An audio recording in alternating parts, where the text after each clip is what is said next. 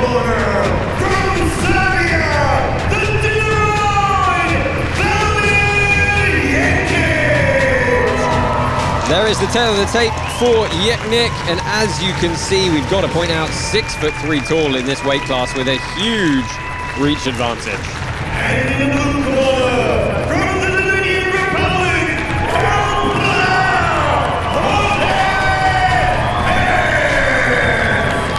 Jorge Perez there, his nickname El Pra the Fast, and that is exactly what he's going to need to beat that reach advantage here tonight. He had one training partner. I hope he's tall. Down into the pit we go. Our referee, Mark Goddard, is going to be officiating this bout.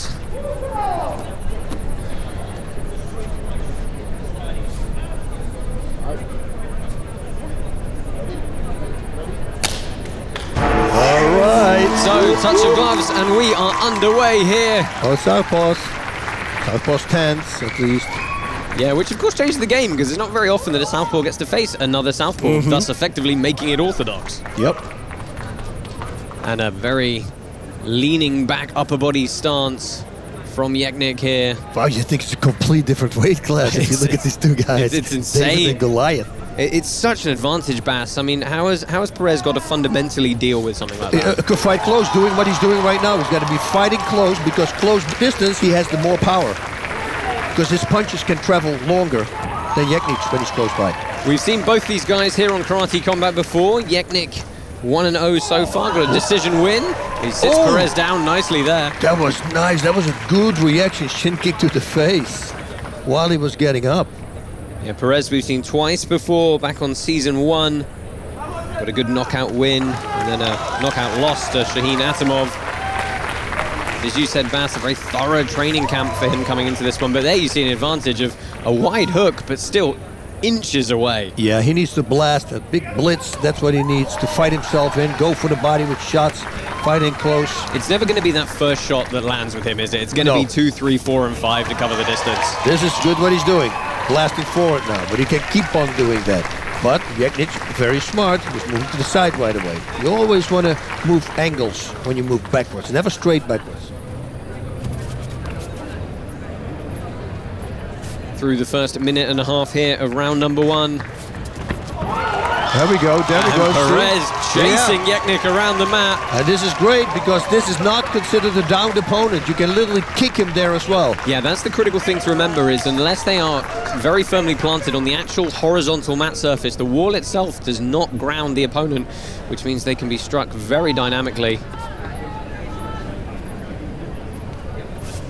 So again, Jeknic, lead leg forward, very heavy on that lead leg.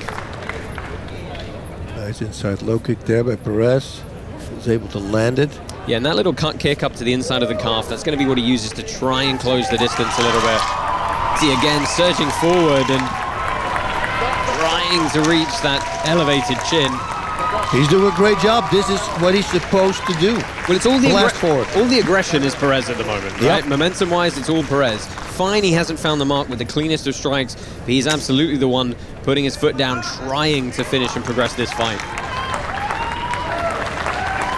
A tall opponent also is used to simply leaning back away from the hooks to the face, so attack the body if that happens. Straights to the body would be a really good weapon for Perez now. Come with the big right hook and the left hook straight to the body. And that is the end of round number 1. They went fast. To me, this went fast, and it means it's interesting. Yeah, a lot of things to consider for both fighters here. Jorge Perez perhaps getting the better of that first round. Let's take a look, Bass, at some of the action from that first round. Yep, he's blasting forward, which is something he needs to do, but Jeknic, you see him, when he moves back, it's, ooh, that kick, man. That was great timing. Been connecting, ooh. Nice low kick. And a flurry forward again. And this, you see, Jeknic moving to the side. This was really the story for Perez, was trying to land those successive shots and really almost have to run forward to stop Jeknic from simply leaning out of the way. And there is the corner of the fast Perez, still looking very calm. More of the same for him in round number 2, would you think, Bas? 100%. I think this corner will tell him. He says that's when you are effective, so you have to go forward. He's not breathing heavy at all, so he's have the shape to do it. So what do you want to see from Jeknic moving into this round? Because a little bit stagnant, perhaps, in that first. He needs more offense, because right now he's just waiting for a move of his opponent and he wants to counter that. But if you come in with strikes and wrapping it up with kicks, that's a really good thing to do. Underway for our second 3-minute period here. Marc Goddard gets the action going and a feint of a front kick from Jeknic. Switch stands there for a moment to throw that front kick with more power. So it was the back leg. That's a nice low kick. That's a smart thing to do. It's above the knee, though. It was very close, wasn't it? Yep. Playing with that fine line. Now Jeknic trying to dictate a bit more of the space here, trying to back Perez up against the pit wall. Yeah, you want to kind of scare him. Like if you come in, you're going to get hit, because otherwise he's going to get blistered again like this, you see? Oh, did he connect? Huge shot, puts Jeknic down. Flurry from Jorge Perez, and Marc Goddard has stopped this one. It's a TKO victory for Jorge Perez. No, it was a 5-second reset, and immediately there we go again. Perez bundles him down again. Got a little bit carried away there, folks. They have 5 seconds to land strikes once they're on the ground. Yeah, definitely his corner has told him that. Again, same thing. Third time in a row. Perez flurries and just covering up from Jeknic. They're going to come back to their feet once more. Yeah, this is going to be lather, rinse, repeat. You watch. Because he's effective with it. If it works, why not keep doing it? Yeah, he's got Jeknic completely on the back foot here.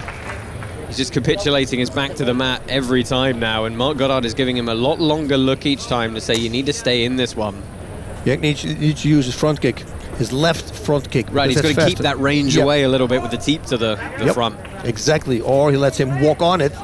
You know, most of the time they breathe in just before they kick. Well, if you nail him at that moment, that's a problem.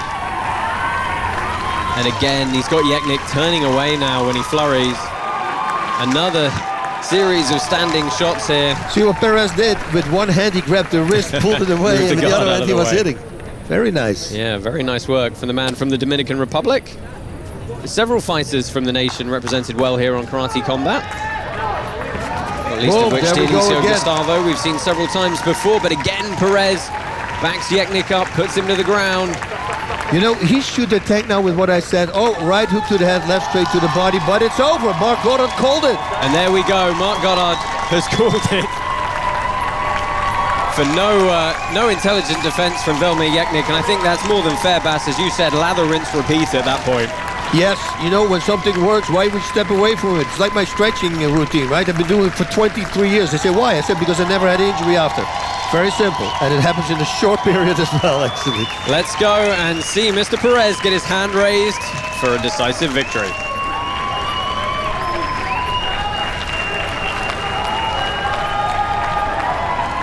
Ladies and gentlemen, we have your winner by TKO in the blue corner, Jorge Perez.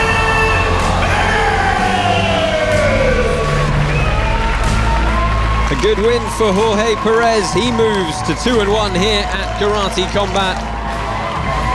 Celebrating in style with his corner. And he is going to have a word with our co-host, Layla Annalee. Jorge, congratulations. You went into this fight knowing that speed would be important for you. Bueno, me siento muy bien, muy agradecido. Bueno, venía preparándome muy bien para esta pelea. Ya como dije anteriormente, venía una derrota por pequeños errores y me preparé muy bien para dar todo contra todo. Y sabía que si seguía continuando mi ritmo de pelea así, podía obtener un knockout o una victoria buena. Thank you very much. Congrats.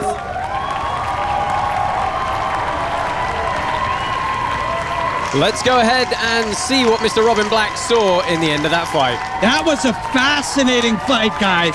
Absolutely fascinating fight. You know, the Dynaroid is a very difficult challenge with that range. When you look at the footage of this fight, congratulations, son. You look at the footage, don't look at his hands, look at his feet. It's about how he travels through space to close that distance, to get close enough to land the big punches. That's what he did. It was a wonderful performance.